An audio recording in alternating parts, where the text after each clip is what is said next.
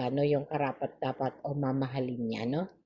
Sabi nga po ng the words na naka-upright, no? Ito yung energy na talagang, sabi nga po niya, no, parang masaya naman siya at kompleto naman na, no, yung mga parang energy, no, na talagang nagbibigay ng dahilan para makapag-desisyon po siya, no?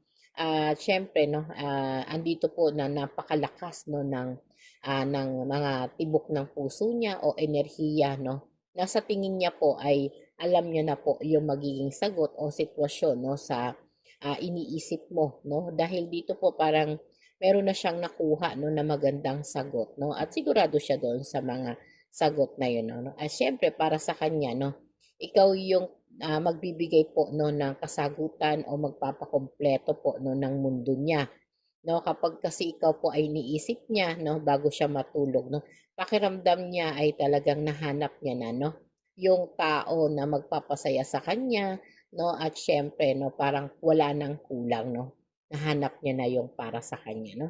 At sabi nga po ng ating ano, no, Eight of Swords na naka-upright pa rin po, no, nasa ngayon po, no, ay parang nakakulong po sa isip niya, no, yung mga takot, no, na dito po, no, kasi iniisip niya kung mamahalin mo siya o gugustuhin mo ba siya, no.